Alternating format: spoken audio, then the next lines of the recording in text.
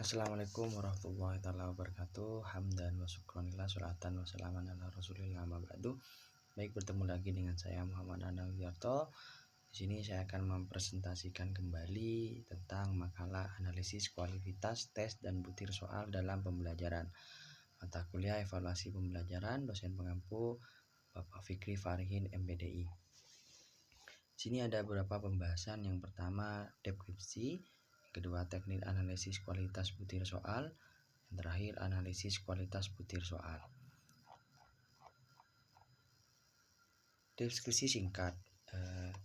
Suharsimi Akuruntoro menyatakan bahwa analisis kualitas tes merupakan kegiatan untuk mengkaji soal pada setiap item atau butir guna mengetahui kualitas dari setiap butir soal tersebut.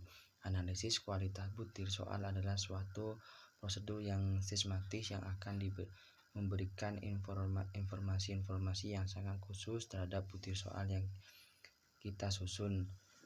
Sumarna Supratna mengungkapkan bahwa analisis kualitas soal dilakukan untuk mengetahui berfungsi tidaknya sebuah soal. Dari pengertian tersebut dapat disimpulkan bahwa analisis kualitas butir soal merupakan kegiatan menganalisis tiap-tiap butir soal secara mendetail menggunakan metode pengujian tertentu. Berdasarkan dari dua ahli di atas dapat disimpulkan bahwa analisis kualitas soal merupakan kegiatan meneliti dan mengidentifikasi setiap pertanyaan untuk mengetahui kualitas setiap pertanyaan.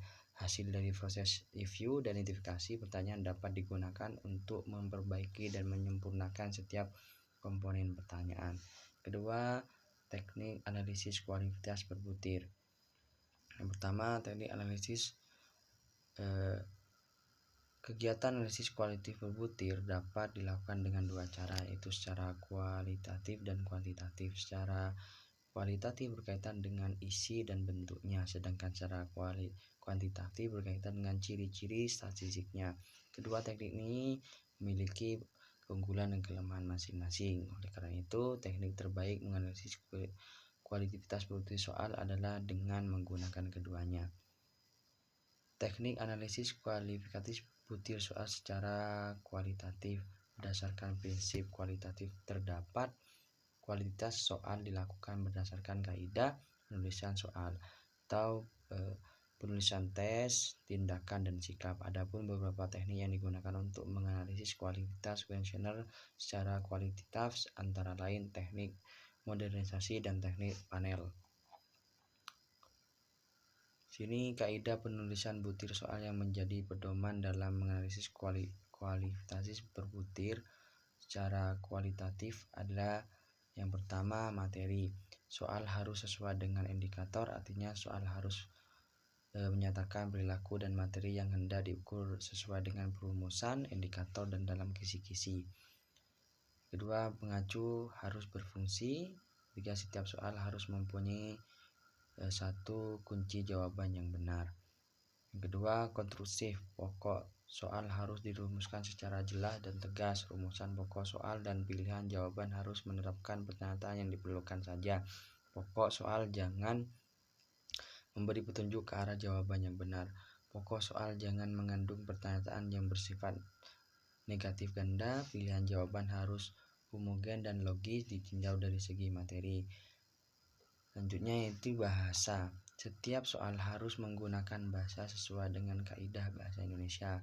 Bahasa yang digunakan harus komunikatif sehingga pertanyaan mudah dimengerti dan dimengerti peserta didik. Pilihan jawaban jangan mengulang kata frase yang bukan merupakan satu kesatuan pengertian. Kedua, teknik analisis kualitas butir soal secara kuantitatif. Pertama, teknik analisis kualitatif butir soal secara kuantitatif dikenal dengan istilah analisis empirik. Analisis ini dilaksanakan dengan mengukur beberapa kriteria kualitas soal, diantaranya adalah validitas, reliabilitas, tingkat kesukaran, daya beda, dan aktivitas pengacuh atau fungsi diktator. Yang pertama, ini validitas. Validitas sering diartikan sebagai kesalihan. Satu alat ukur disebut memiliki validitas Bisa mana sifat alat ukur tersebut isinya layak menggunakan objek seharusnya diukur dengan sesuai dan kategori tertentu. Adapun validitas di sini adalah validitas isi, validitas konstruksi, validitas ramalan, dan validitas bandingan. Adapun faktor yang mempengaruhi validitas yaitu faktor instrumen evaluasi, faktor arbitrasi evaluasi dan pengkora. Yang selanjutnya faktor jawaban dari peserta didik. Dan juga dari literatur modern tentang evaluasi banyak terkemuka dengan jenis-jenis validitas. Yang pertama validitas pemuka, yaitu validitas yang bekerja sangat sederhana, validitas isi, validitas susunan, dan validitas empiri sekaligus validitas faktor. Rehabilitas berasal dari kata reliable yang berarti dapat dipercaya. Rehabilitas sering diartikan sebagai keterandalan menurut Soeharti. Kalau pengertian rehabilitas berhubungan dengan masalah bertepatan hasil tes yang didukung dengan ketepatan hasil tes. Sini adapun teknik untuk rehabilitas tes, yaitu tes teknik ulangan, teknik bentuk variabel, dan teknik belah dua. Sini ada kepraktisan berarti sebuah kemudahan baik dari hal persiapan, penggunaan, pengolahan, penafsiran maupun pengadministrasian. Selanjutnya objektivitas yang dibahas di sini menunjukkan skor tes kemampuan yang sama antara peserta didik dengan peserta didik yang lain. Terakhir yaitu analisis kualitas butir soal. Analisis tingkat kesukaran soal harus dapat dipertahankan dalam batas maupun pertahanan dalam berbeda. Adapun dapat tujuan khusus penyusunan tes dapat dipertimbangkan seperti tingkat kesukaran. Yang pertama soal bentuk objektif, kedua soal bentuk uraian, dan daya pembeda. Ada penilaian dapat dengan mudah menggunakan format penilaian soal, maka para penilai perlu memperhatikan petunjuk pengisian formalitas seperti analisis LAN setiap butir soal berdasarkan semua kategori yang tertera dengan format, memberikan tanda centang centang pada kolom nomor butir soal apabila butir soal yang ditelaah sudah sesuai dengan kriteria, dan berikan tanda silang X pada kolom nomor butir soal apabila butir soal yang telah ditelaah tidak sesuai dengan kriteria. Itu saja yang bisa saya sampaikan. Apabila ada kesalahan saya mohon maaf yang sebesar-besarnya. Wabillahi taufik wal hidayah. Wassalamualaikum warahmatullahi wabarakatuh.